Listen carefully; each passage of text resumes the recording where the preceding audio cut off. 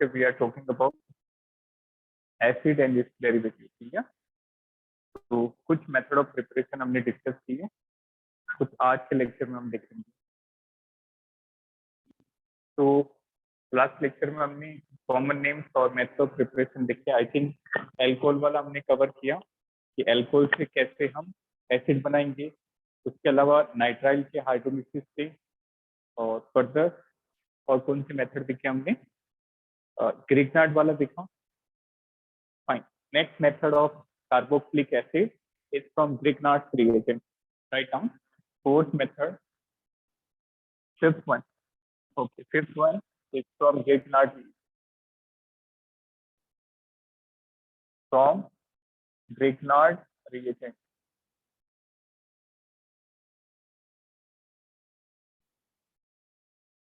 Grignard reagent की मदद से हम कैसे एसिड को प्रिपेयर करेंगे। Wait for 1 second.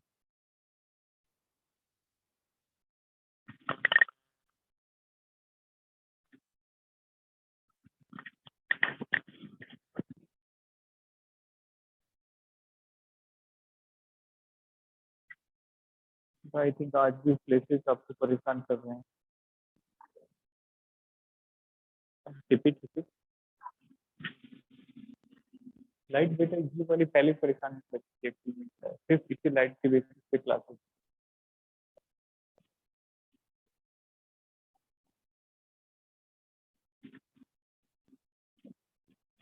है। चेंज हम कर सकते। Wait for 1 second. Wait for 1 second. चलिए पहले ये प्रॉब्लम है।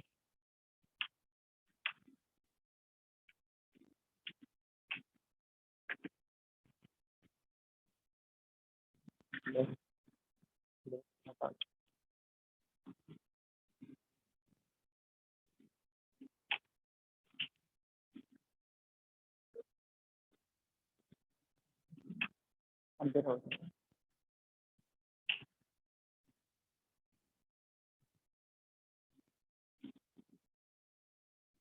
अभी भी प्रैक्टिस होते रहते हैं। कैमरे का एंगल तो देखिए पूरा 0 से 360। आई थिंक अब थोड़ा सा ठीक है। चलिए बेटा मैनेज करिए। मैंने भी ट्राई किया था इस पे, बट अभी ऐसे कोई पॉजिटिव रिजल्ट नहीं मिल रहा। चलिए देखें। Next method from Grignard reagent. बेटे ग्रिग्नार्ड रिएजेंट से कैसे बनाया जाता है।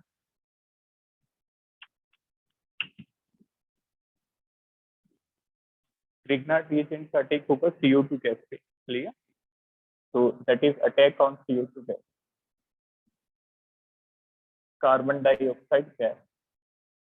तो ग्रिग्नार्ड रिएजेंट का फॉर्मूला, बेसिक फॉर्मूला सभी को पता है, दैट इज RMGX। अब हमें क्या करना है, इस RMGX का CO2 पे अटैक कराना है। This is carbon dioxide gas. तो बताओ इस RMGX का कौन सा पार्ट नेगेटिव होता है। R माइनस, ये जो एल्काइल वाला पार्ट है दिस इज नेगेटिव, मैग्नीशियम वाला पार्ट पॉजिटिव, और halogen is negative. Now CO2 की बात करें तो बताओ CO2 में कौन सा टर्मिनल पॉजिटिव होगा। Carbon, because carbon is less electronegative. तो ये जो R माइनस है ये जाके किस पे अटैक करेगा, कार्बन पे, और ये डबल बॉन्ड किसकी तरफ शिफ्ट हो जाएगा, ऑक्सीजन की तरफ। तो ये बन जाएगा R C double bond O minus बना, मैग्नीशियम वाला पार्ट इससे स्टिक हो जाएगा MgX।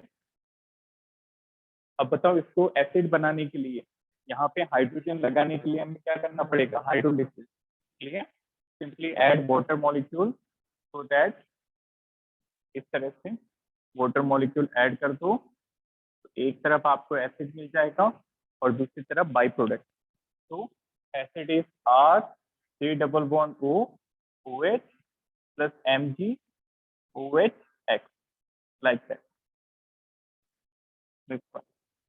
क्लियर। तो इस तरह से यहाँ पे आपको एसिड की यूनिट मिलेगी। This is carboxylic acid. Carboxylic acid. जैसे एक और एग्जांपल देखिए, आपको आपको आपको यहाँ पे कोई भी RMGX मिल सकता है, कोई भी ग्रीक नाम, जैसे for example CH3 CH2 MgBr on reaction with CO2 forms A on hydrolysis forms B. Determine the product A and B. Right, तो बिल्कुल सिंपल है। R का टेक कराओ CO2 पे, पहले ये बनेगा, इसका हाइड्रोलिसिस कराएंगे तो एसिड बन जाएगा। Right,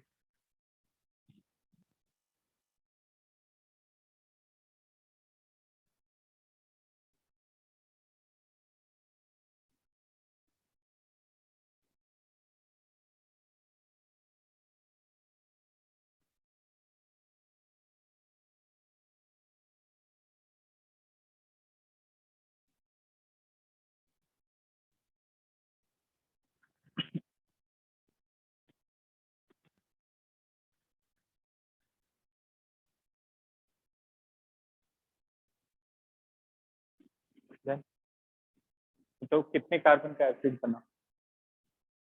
3 carbon. क्या नाम होगा उसका? Propanoic acid. Very good. देखो CO2 का आप इस तरह से बना लीजिए, लाइक दैट। इसमें कौन सा कार्बन नेगेटिव है बताओ? 1 और 2? 1। जो मैग्नीशियम से डायरेक्टली अटैच होता है वो नेगेटिव होता है, ये जाके इससे अटैक करेगा, डबल बॉन्ड शिफ्ट करना है, तो ए क्या बन जाएगा? This one, CH3 CH2 C double bond O MgBr, like that. अब यहाँ पे इसका हाइड्रोलिसिस करा दो तो ये बन जाएगा propanoic acid CH3 CH2 COH MgBr। तो बी बन जाएगा CH3 CH2 C double bond OH plus MgOH। Simple. तो आपको ये पैटर्न याद रखना है, दिमाग में क्या रखना है, पैटर्न की किस तरह से बॉन्ड ब्रेक होता है और कौन सा टर्मिनल किस टर्मिनल पे जाके अटैक करता है। Then last method from dicarboxylic acid, preparation of acid from dicarboxylic acid.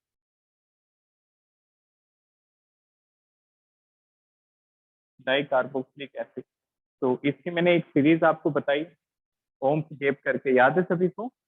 Oxalic, malonic, succinic, event एक कॉमन नेम है। हमने एक डाइकार्बोक्सिलिक की सीरीज देखी थी, ओम्स गैप करके एक ट्रिक बनाई हमने।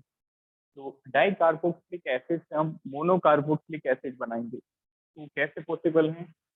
जैसे आपने एक डाइकार्बोक्सिलिक एसिड लिया बेटा, सिंपलेस्ट डाइकार्बोक्सिलिक COH, इसको आपने HCBO3 बोरिक एसिड और ग्लिसरॉल से रिएक्ट कराया। Boric acid and glycerol, boric acid is HCBO3 along glycerol at a temperature of 110 degree centigrade.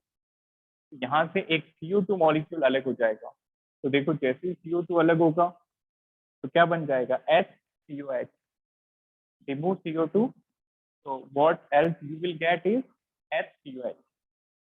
Is it an acid? It is the simplest acid. What is the name of this acid? Formic acid. Formic acid. इसी तरह से इसका अगला वाला बताओ, इसका नाम क्या होगा? First of all tell me the name. Very good, it is the simplest carboxylic, that is oxalic acid. अच्छा बेटा, इन दोनों के बीच में कोई कार्बन आ जाता तो क्या नाम होता? Malonic acid. याद है एक सीरीज मैंने बनाई इस तरह से, OMS gap, oxalic, malonic, succinic, glutaric, adipic and pimelic acid. तो नेक्स्ट देखो दिस वन, इसको हीट करके CO2 अलग कर दो, वेरी सिंपल। इसको हीट किया, CO2 अलग कर दिया, ऐसे बनाओ, क्या बनेगा? CH3COH, isn't it? दो हाइड्रोजन और एक हाइड्रोजन, 3 हाइड्रोजन, तो दिस बिकम CH3HCOH। तो कौन सा एसिड बन जाएगा? Acetic acid. तो याद रखना, इस टाइप के रिएक्शन जहां पे CO2 मॉलिक्यूल अलग होता है, such type of reactions are known as D carboxylation reaction, क्योंकि डी कार्बोक्सिलेशन हो रहा है, CO2 मॉलिक्यूल अलग हो रहा है। तो डाई कार्बोक्सिलिक एसिड से कार्बोक्सिलिक कैसे बनाएंगे? By D carboxylic,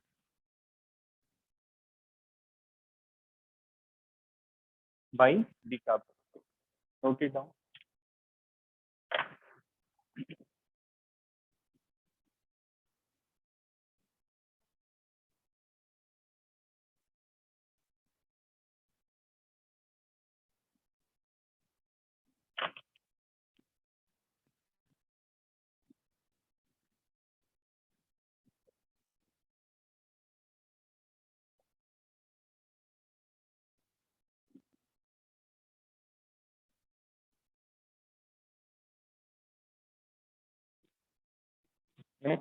Write down physical properties of carboxylic acid. तो mainly acid के अंदर आपको किसी मेथड याद रखने हैं, from alcohol, from nitrite, from acid derivative, Grignard and decarboxylation। ठीक है बेटा, याद रखना कि हर एक डाई कार्बोक्सिलिक एसिड नहीं बनाता, that is not always clear. Lower member of di carboxylic series will form carboxylic acid और डीकार्बोक्सिलेशन।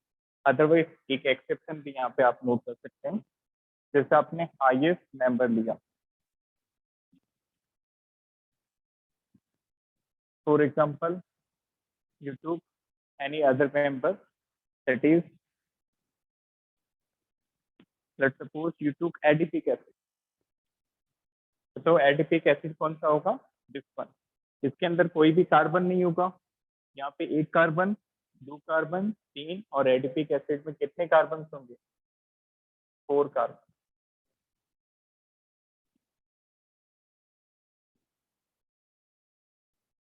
Like that. तो इस केस में क्या होगा? That is very interesting and very important. This is adipic acid. बताओ ये कहाँ पे काम आता है other than this chapter? Very good. We use this adipic acid during the polymerization of nylon 6। Nylon के कौन से मोनोमर थे? एक था एडिपिक एसिड और दूसरा क्या था? हेक्सामिथाइलिन डाइअमीन। तो इसकी डीकार्बोक्सिलेशन में बेटा हाई टेम्परेचर लगेगा 300। तो यहाँ से एक वाटर मॉलिक्यूल भी अलग होगा और एक CO2 मॉलिक्यूल भी अलग होगा। There is removal of water as well as CO2। तो क्या बन जाएगा? देखिए यूनिट क्या बनी? CH2 CH2 CH2 CH2 और बीच में C डबल बॉन्ड हो, like that, this one.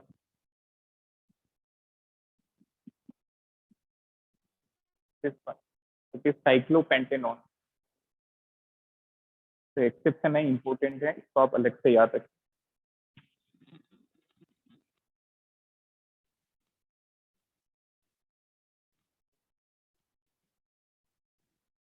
Next, write down physical properties।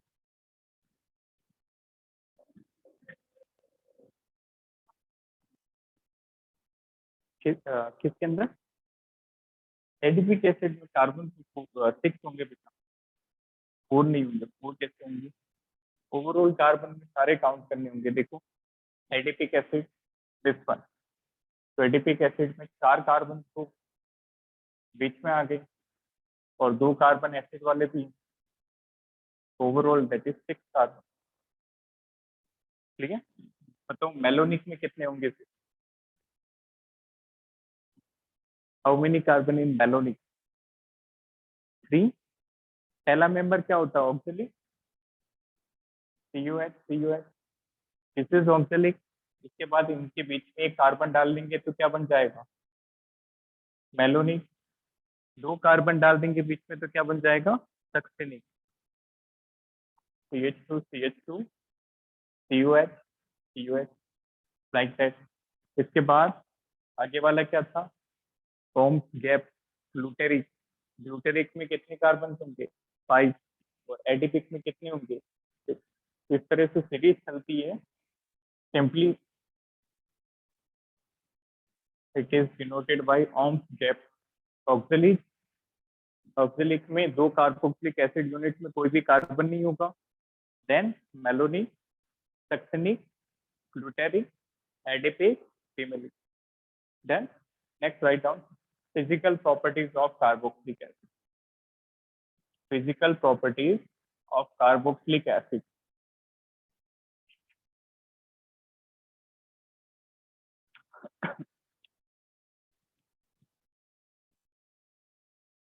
Write down first property.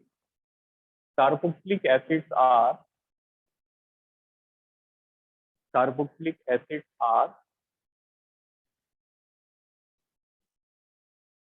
colorless,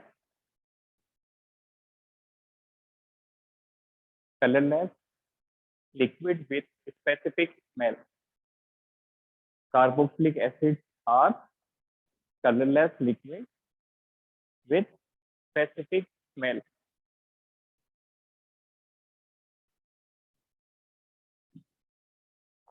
लिखा सभी ने? Carboxylic acid are colourless liquid with specific. अब बात है कि बेटा ये लिक्विड कितने कार्बन तक होंगे, तो this is very important. They are liquid up to 9 carbon. 9 carbon तक लिक्विड होते हैं और 9 के बाद ये सॉलिड हो जाते हैं। Clear? Next line, they are liquid up to 9 carbon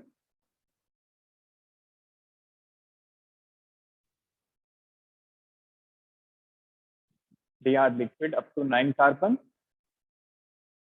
Above 9 carbon they are solid. Above 9 carbon they are solid. Second point, second physical property, बताओ बेटा ये वाटर सॉल्युबल होंगे या इनसॉल्युबल? एग्जैक्टली, इनमें लोअर मेंबर्स होते हैं जिनमें कार्बन 3 या 4 से कम या 3 या 4 के बराबर, ये सॉल्युबल होते हैं। अदरवाइज हायर मेंबर की बात करें तो कार्बन बढ़ने के कारण कौन से करेक्टर बढ़ता है? Covalent character. और कोवेलेंट करेक्टर कंपाउंड जो होते हैं वो वाटर सॉल्युबल नहीं होते। क्लियर? तो यहाँ पे कंडीशन पे सॉल्युबिलिटी होगी। लोअर मेंबर की बात करें तो सॉल्युबल होंगे बट हायर मेंबर नहीं होंगे। क्लियर? तो write down lower member of carboxylic acid. Sir higher member के केस में हाइड्रोजन बॉन्ड नहीं बनेगा उनका? हाइड्रोजन बॉन्ड बनेगा बेटा, बट हाइड्रोजन बॉन्ड उतना इफिशिएंट नहीं होगा। हाइड्रोजन बॉन्ड के केस में आपको पोलरिटी रिक्वायर्ड होती है। जैसे फॉर एग्जांपल, जैसे हम HF की बात करें तो बताओ यहाँ पे पोलरिटी किसकी तरफ होगी? Chlorine partial negative, hydrogen partial positive. इसी तरह से एक और यूनिट आएगी like that, this is partial positive and partial negative. तो मेन जो हाइड्रोजन बॉन्ड बनता है that is due to the polarity of this hydrogen. more the polarity of this hydrogen, more will be the strength of hydrogen bonding. जितना ज्यादा इसमें partial positive होगा उतना अच्छा हाइड्रोजन बॉन्ड बनेगा। ठीक है? बट जैसे जैसे हम कार्बोक्सिलिक एसिड में कार्बन बढ़ाते जाएंगे उसके कारण कोवेलेंट कैरेक्टर बढ़ता जाएगा।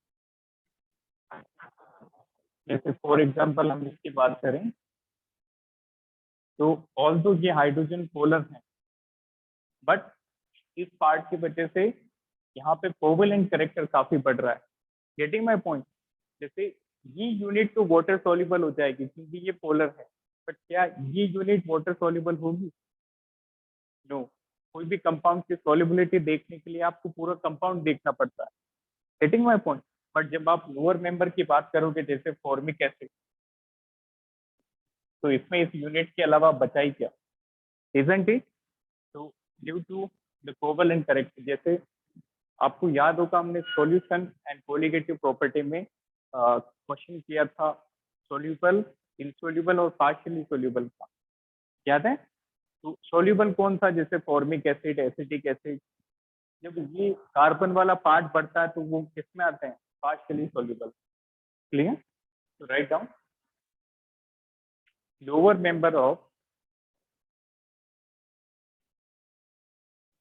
Member of carboxylic acid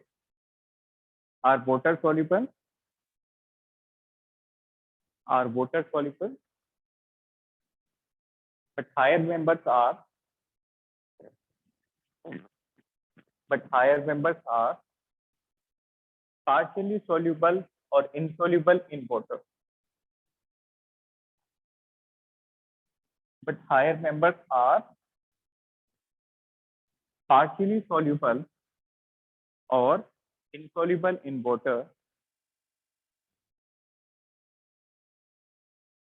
because increase in covalent character. Because of increase in covalent character. तो मान लो एग्जाम में आपको पूछा जाए कि लोअर मेंबर सोल्यूबल क्यों है, इसका रीजन क्या होगा? Hydrogen bond. क्लियर? पूरी ऑर्गेनिक केमिस्ट्री में आपको रीजन के तौर पे पूछा जाए कि ये वाटर सोल्यूबल क्यों है, तो हाइड्रोजन बॉन्ड। ये वाटर सोल्यूबल क्यों है, तो भी क्या आंसर होगा? Hydrogen bond. हाइड्रोजन बॉन्ड बनाएगा तो soluble, otherwise it is insoluble. Next देखें, next number 3, they form dimer in non-polar solvent. Very important. They form dimer in non-polar solvent. Dimer का मतलब क्या होता है? दो यूनिट आपस में अटैच हो जाएगी, एसोसिएट होगी with the help of hydrogen bond. ये जो डाइमर फॉर्मेशन होगा, that is very important due to hydrogen bond. ये लाइन बेटा नीट में डायरेक्ट उठा के पूछी जाती है कि डाइमर किसके कारण बनता है, तो बिकॉज ऑफ हाइड्रोजन बॉन्ड। जैसे डाइमर की बात करें तो जैसे आपने दो एसिड के मॉलिक्यूल लिए और इसको नॉन पोलर सॉल्वेंट में, वेरी इंपॉर्टेंट, यदि यहाँ पे आपने पानी डाल दिया, वाटर लिया, तो वाटर के केस में ये एसिड डिसोशिएट होता है। Getting my point? It will release H+ and will form carboxylate ion. But in case of organic or non-polar solvent, just like benzene, toluene, CS2, CCl4, in cases में ये आपस में associate होंगे। चलो दोनों हम देख लेते हैं। जैसे इसको आप बेंजीन में डालते हैं, C6H6, तो बेंजीन में दो यूनिट आपस में एक क्लस्टर बना देगी इस तरह।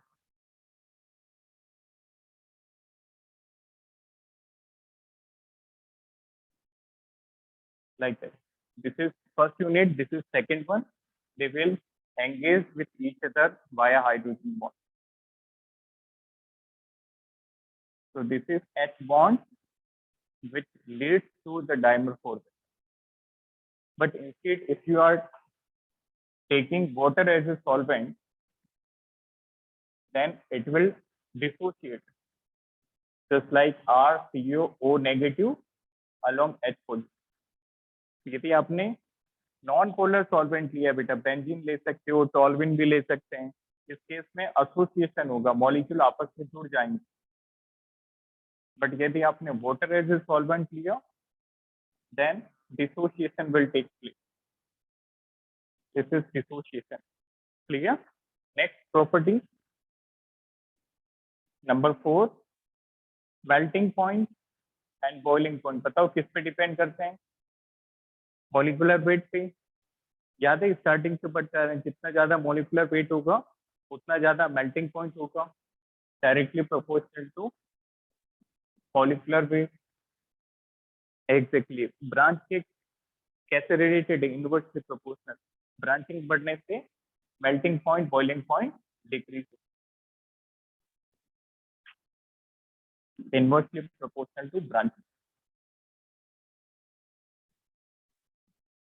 तो हम कह सकते हैं जितना ज्यादा मेल्टिंग मॉलिक्यूलर वेट होगा उतना ज्यादा मेल्टिंग और बॉइलिंग पॉइंट होंगे, और ब्रांच के बढ़ने पे मेल्टिंग पॉइंट, बॉइलिंग पॉइंट क्या हो जाएंगे?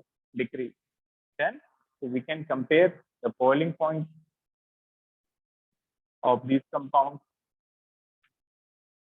just like this one. This is N-pentanoic acid.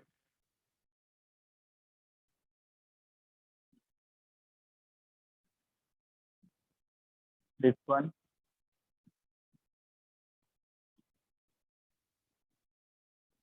like that. बताइए सबसे ज्यादा किसका होगा बॉइलिंग पॉइंट और मेल्टिंग पॉइंट? फर्स्ट वन का, क्योंकि इसमें ब्रांचिंग कम है। ब्रांचिंग के कारण तो मेल्टिंग पॉइंट, बॉइलिंग पॉइंट क्या होते हैं? डिक्रीज। तो इसमें ब्रांच ज्यादा है तो सबसे कम इसका होगा। किसमें ज्यादा प्रेफरेंस, मतलब किसके टर्म में? पहले molecular weight, first is molecular weight.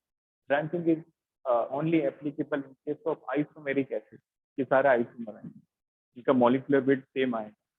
So if you are given molecules with different molecular weight, you priority to the molecular weight.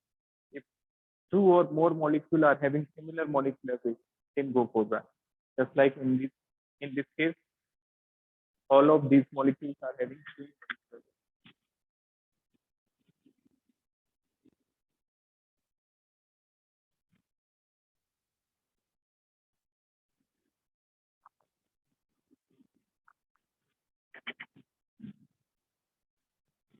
Next, write down next some more physical properties. So I hope ये समझ में आया होगा सभी को. Very simple. Starting from यही देखते आ रहे हैं कि मेल्टिंग पॉइंट, बॉइलिंग पॉइंट सिर्फ दो ही पॉइंट पे डिपेंड करते हैं, एक मॉलिक्यूलर वेट और दूसरा ब्रांचिंग. नेक्स्ट बताओ, विनेगर किसको कहते हैं? Very good. एसिटिक एसिड की भी एक्वस सॉल्यूशन को कहते हैं vinegar, not acetic acid. Clear? और एक्वस के अंदर that should be 8 to 10%. Next write down 8 to 10% solution of acetic acid. Solution of acetic acid is known as vinegar. बेटा ये आपको नीट और जेई में ये डायरेक्ट पूछा जा सकता है. Getting my point? तो आपको वहां पे सिर्फ एसिटिक एसिड नहीं मिलेगा, उसका कॉन्सेंट्रेशन साथ में मिलेगा. You can't remember vinegar is simply acetic acid.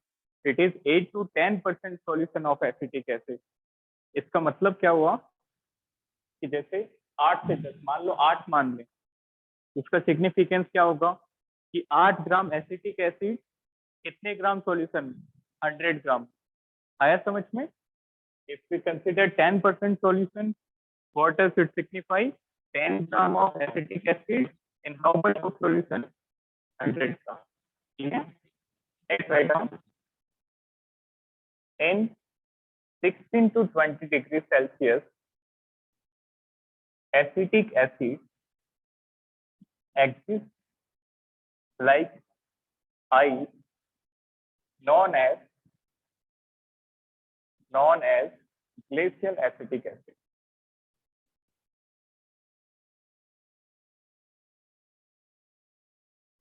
इसका मतलब क्या होता है कि 16 से 20 डिग्री टेम्परेचर की बात करें तो वहां पे एसिटिक एसिड का जो स्ट्रक्चर है वो बर्फ की तरह होता है, आइस की तरह. इसी कारण हम उस टाइम पे एसिटिक एसिड को किस नाम से कहते हैं? That is glacial acetic acid. Glacial is somewhat related to ice. Clear? Next write down. Next topic is acidic strength.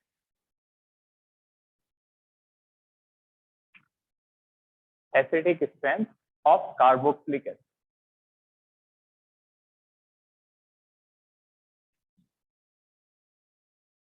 Acidic strength of carboxylic acid. तो बेटा एसिडिक स्ट्रेंथ के क्वेश्चन हमने पहले भी डिस्कस किए हैं इनिशियल लेक्चर्स में.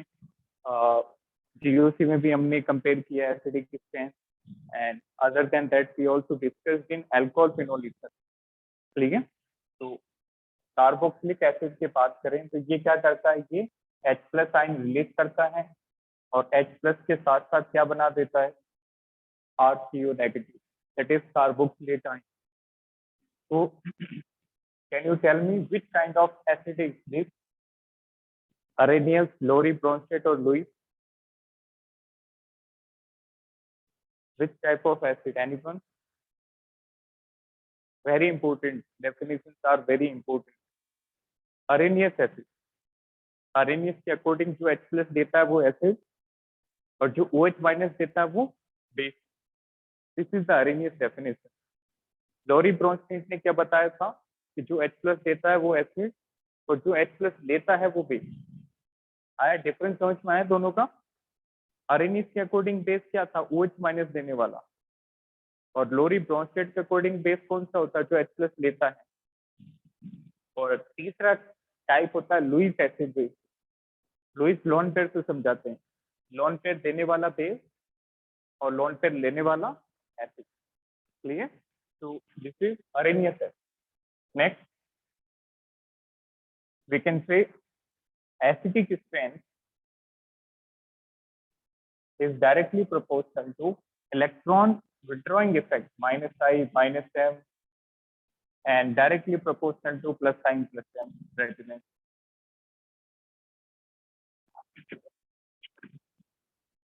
This is important. यदि इलेक्ट्रॉन विड्रॉइंग इफेक्ट लग रहे हैं जैसे -I -m minus hyper conjugation तो एसिडिक स्ट्रेंथ बढ़ेगी, अदरवाइज इलेक्ट्रॉन रिलीजिंग इफेक्ट लगेंगे +I +m तो एसिडिक स्ट्रेंथ डिक्रीज हो जाएगी. जैसे for example write down question, compare acidic strength.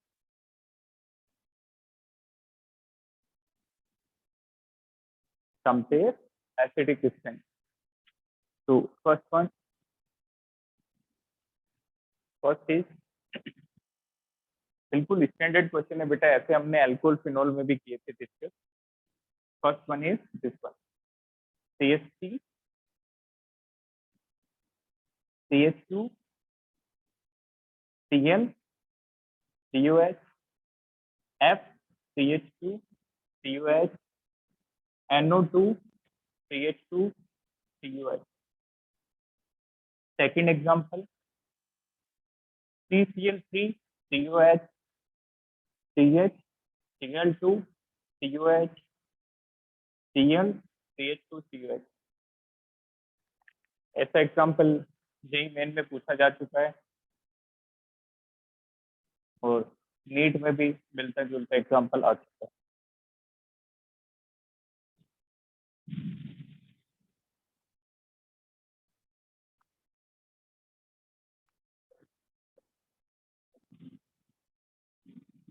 Loan pair acceptor are acid, donor are. बताओ पहला example 3 to 1. Very good, बिल्कुल सही है. इंक्रीजिंग या डिक्रीजिंग? बिल्कुल सही. सबसे ज्यादा बेटा हमें पता है कि इलेक्ट्रॉन विड्रॉइंग इफेक्ट लगेंगे, decreasing. Good. Electron withdrawing effect लगेंगे तो एसिडिक स्ट्रेंथ इंक्रीज होगा. तो यहाँ पे तीनों ग्रुप जो तो आपको दिखाई दे रहे हैं, जैसे Cl हुआ, F हुआ और NO2. इन तीनों का कौन सा इफेक्ट होता है? -I effect, isn't it? और -I के कारण एसिडिक स्ट्रेंथ इंक्रीज होता है. तो we can say more the -I more will be the acidic strength. सबसे ज्यादा -I किसका होता है? NO2 का. तो सबसे अच्छा एसिड यही होगा. देन F का. और सबसे वीक -I किसका होता है? Cl का. तो सबसे वीक एसिड होगा. नेक्स्ट वाला फर्स्ट सेकंड थर्ड, यहाँ पे आपको नंबर ऑफ -I से रिलेट करना है, isn't it? पहले वाले मॉलिक्यूल में देखो कितने क्लोरीन -I लगा रहे हैं? 3. दूसरे वाले मॉलिक्यूल में कितने क्लोरीन यहाँ पे -I एक्सर्ट कर रहे हैं? 2. और लास्ट वाले केस में कितने क्लोरीन -I लगा रहे हैं? 1. तो मोर the -I better the acid. Note it down.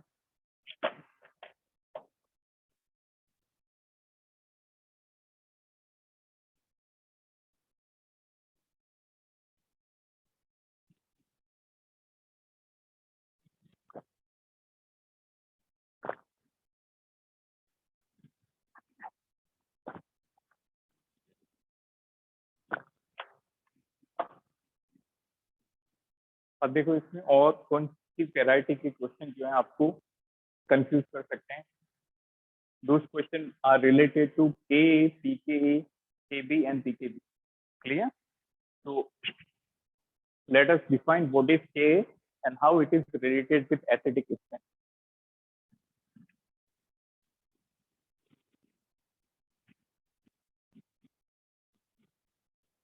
जैसे बेटा हमने यहाँ पे एक इक्विलिब्रियम लिखा है.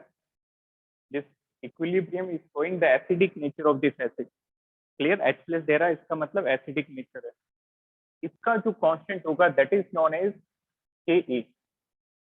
Ka इसको हम कहते हैं dissociation constant for weak acid. Dissociation constant for weak acid.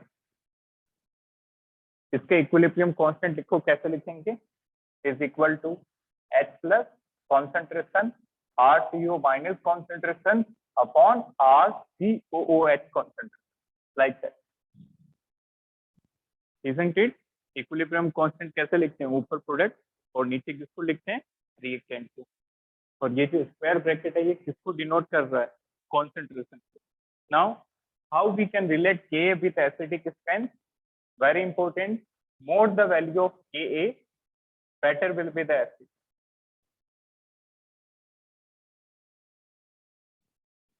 जितना ज्यादा Ka होगा उतना ज्यादा एसिडिक नेचर होगा।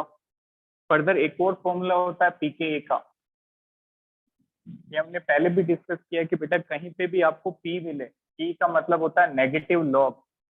जैसे आप pH लिखते हो, pH क्या होता है, that is negative log of H। What is COH, negative log of OH। What is pKw, is negative log of Kw. In the same manner, pK is negative log of K, like that. तो बताओ Ka बढ़ेगा तो pKa क्या होगा, घटेगा या बढ़ेगा, घटेगा, तो यहाँ पे नेगेटिव साइन है। अब एक क्वेश्चन करके बताओ।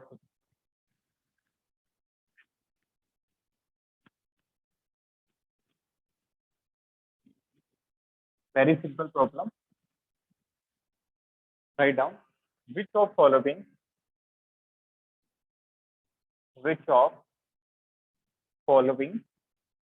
acid has highest value of Ka and pKa। आपको बताना है इन चारों ऑप्शन में से किसका Ka ज्यादा होगा और किसका pKa सबसे ज्यादा होगा। इस तरह के क्वेश्चन भी बेटा अल्टीमेटली आपको यहाँ पे क्या कंपेयर करना है, एसिडिक नेचर, क्लियर। तो इस तरह से रिलेट करके सारे क्वेश्चन पढ़ने। जैसे पहला example CH2F CH2CH2OH CH3CHF CH2COH। Third example CH3CH2CHF COH। बताइए किसका Ka सबसे ज्यादा, दिस वन, थर्ड, बिल्कुल सही है, pKa फर्स्ट का।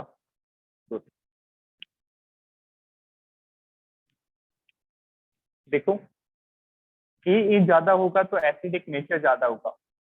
अल्टीमेटली हम उल्टा भी रिलेट कर सकते हैं कि एसिडिक नेचर ज्यादा होगा तो उसका Ka भी क्या होगा, ज्यादा। अब इन तीनों में एसिडिक नेचर रिलेट करो, तीनों में फ्लोरीन क्या लगा रहा बेटा, -I इफेक्ट। और हमें पता है कि -I इफेक्ट जो होता है that is distance dependent effect. More closer the group to parent group more will be the -I। जितना नजदीक होगा इसके उतना ज्यादा -I लगेगा। जैसे ये कार्बोक्सिलिक एसिड सबसे नजदीक है, इस केस में थोड़ा सा गैप आ गया, दूर हो गया, और इस केस में सबसे ज्यादा डिस्टेंस पे है, तो this -I is the least one. And यहाँ पे जो -I का इफेक्ट है दैट इज द लार्जेस्ट। तो -I के कारण अच्छा एसिड हो गया, और जितना अच्छा एसिड होगा उतना ज्यादा क्या होगा, Ka। तो इसका ये होगा strongest acid, strongest acid is corresponding to highest Ka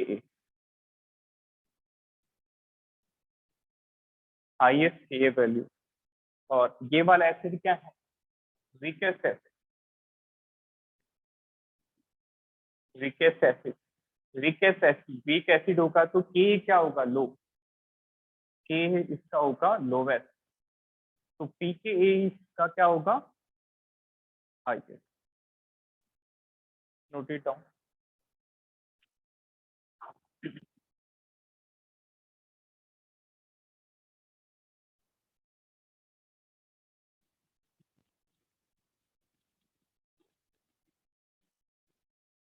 Now can you relate the order of Ka pK?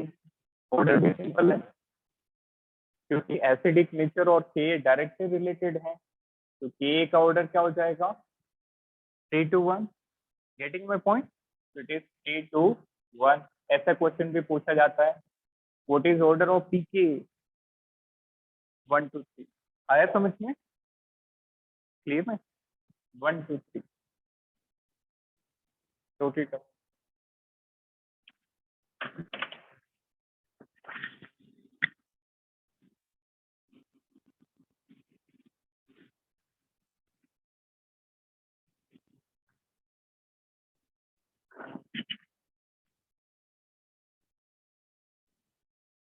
Next एक क्वेश्चन लिखे होमवर्क के लिए.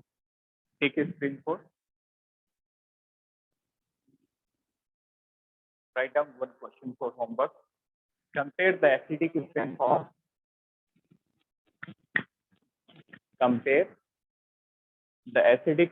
of formic acid and benzoic acid. Compare the acidic strength of formic acid and benzoic acid.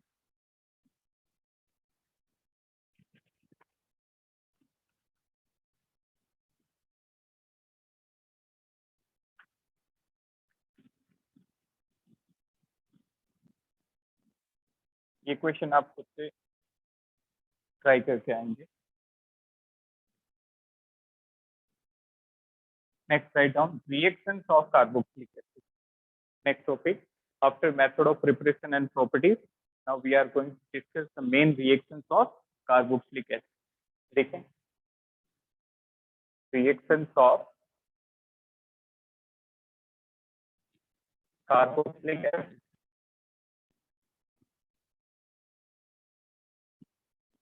सबसे पहले देखेंगे बेटा hydrogen के कारण रिएक्शन.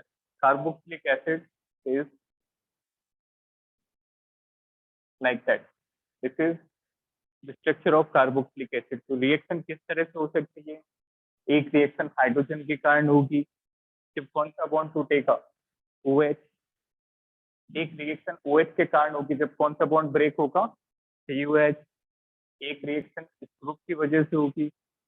एक रिएक्शन किस वजह से होगी R की वजह से. और एक इनकी general reaction. So we have to discuss how many types of reaction. 5 types. सबसे पहले देखेंगे reaction due to this acidic hydrogen. Write down first category, reaction due to acidic hydrogen. That is cleavage of OH bond. Cleavage of OH bond. Very simple reaction. सबसे पहले बेटा with sodium metal. Ditto reaction हमने alcohol में भी पढ़ी with sodium metal. ये sodium क्या करेगा? इस एसिडिक हाइड्रोजन को अलग कर देगा. In which form? Hydrogen gas release करके विद पॉपटॉम. तो this become RCONA plus half H2. So can we say this is the test for carboxylic acid? Obviously, ये जो हाइड्रोजन गैस निकलेगी it evolved out with pop-down.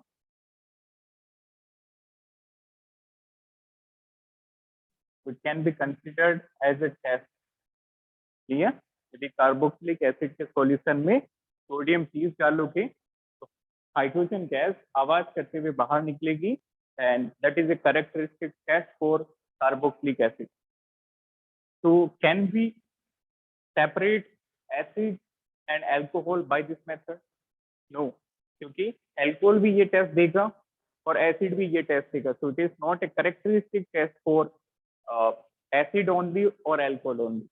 It is given by both. But if we consider sodium bicarbonate, this is very important. This is known as bicarbonate test. इस compound को कहते हैं sodium bicarbonate. So what it will make the change is simply again sodium bicarbonate, sodium carboxylate. This is CO2 along H2. अब ध्यान से समझना ये भी एक टेस्ट के तौर पे काम आता है, बट यहाँ पे जो CO2 गैस होती है दैट फॉर्म्स ब्रिस्क इफरवेसेंस, झाग की फॉर्म में बाहर निकलेगी। क्लियर, वहां पे कुछ फॉर्म का फॉर्मेशन हो जाएगा झाग की तरह, और वो गैस इवोल्व होते हुए भी आपको दिखाई देगी। तो it is known as brisk effervescence. ये टर्म आपको लेबोरेटरी में ज्यादा मिलेगी, लैब के फाइल में, brisk effervescence.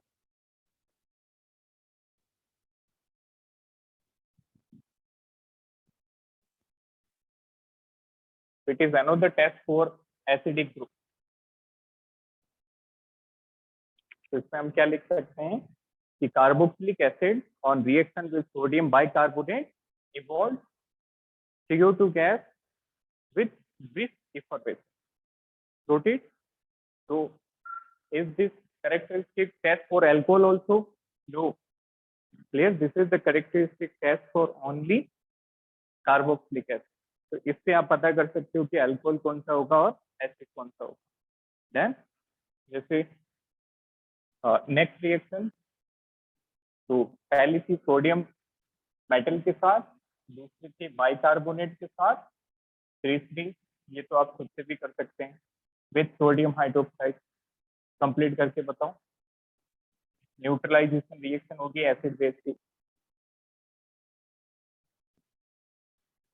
This is acid, this is base, क्या बन जाएगा? Salt and water. Very simple. ये हाइड्रोजन और OH वाटर बना देगा, सोडियम यहाँ आ जाएगा तो क्या बन जाएगा? Sodium carboxylate RCONA along H2O। ठीक है,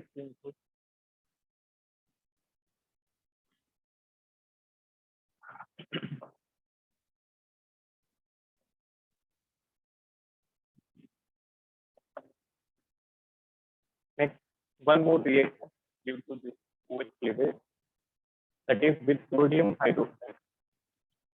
तो ये तीनों समझ पाए सभी को? Very simple.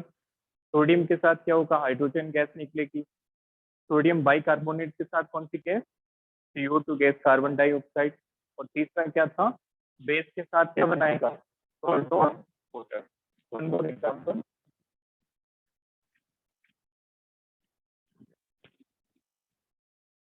This one, carboxylic acid on reaction with sodium ammonium hydroxide. बताओ क्या बनेगा? Very simple, again acid base reaction होगी।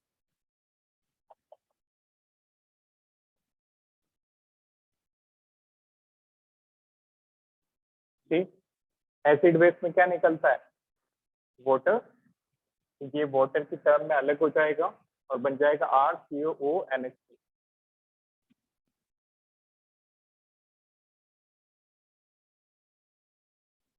Like that. क्लियर? ये समझ में आया सभी को? Very simple. What is this? Salt. And which kind of salt? This is ammonium salt. Now यहाँ पे जब आप इसको हीट करोगे तो बेटा वाटर मॉलिक्यूल अलग हो जाएगा। This is very very important.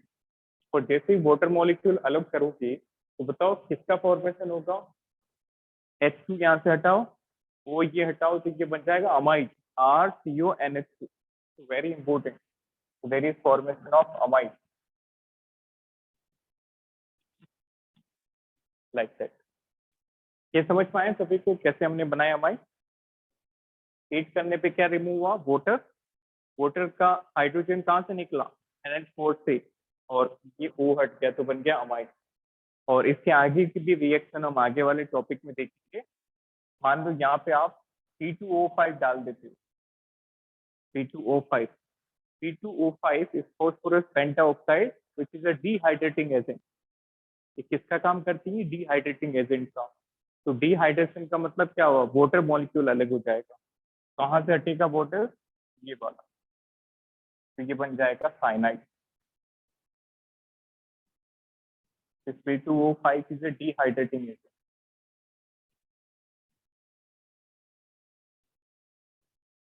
तो इस तरह के क्वेश्चन आपको बेटा NCERT में खूब सारे मिलेंगे कि कन्वर्ट जैसे convert acetic acid into acid amide, तो एसिटिक एसिड को अमाइड में कैसे बदलेंगे, NH4OH के साथ। कन्वर्ट एसिड अमाइड इनटू एसिटोनाइट्राइल, तो अमाइड को नाइट्राइल में कैसे बदलेंगे, बाय डिहाइड्रेशन। तो ये सीक्वेंस याद होना चाहिए, note it down.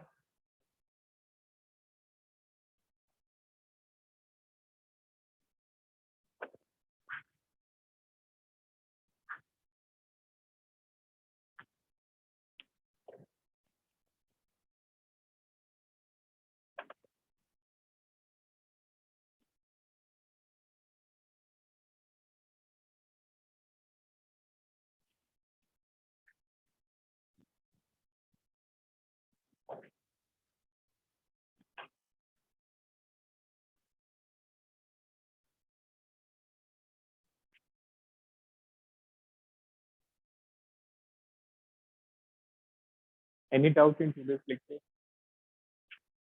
Take screen shot. बेटा इसके बाद हम बाकी की जो रिएक्शन है वो नेक्स्ट क्लास में करेंगे, ठीक है। अच्छे से इस चैप्टर को रिवाइज करना बहुत इंपॉर्टेंट चैप्टर है, and this is the common chapter with carbonyl compound. जो एल्डिहाइड कीटोन था उसी के साथ में ये कंसीडर होता है। तो इसके बाद एसिड डेरिवेटिव भी कार्बोनिल का ही पार्ट है, and after that we will deal with amine. Thank you, have a nice day.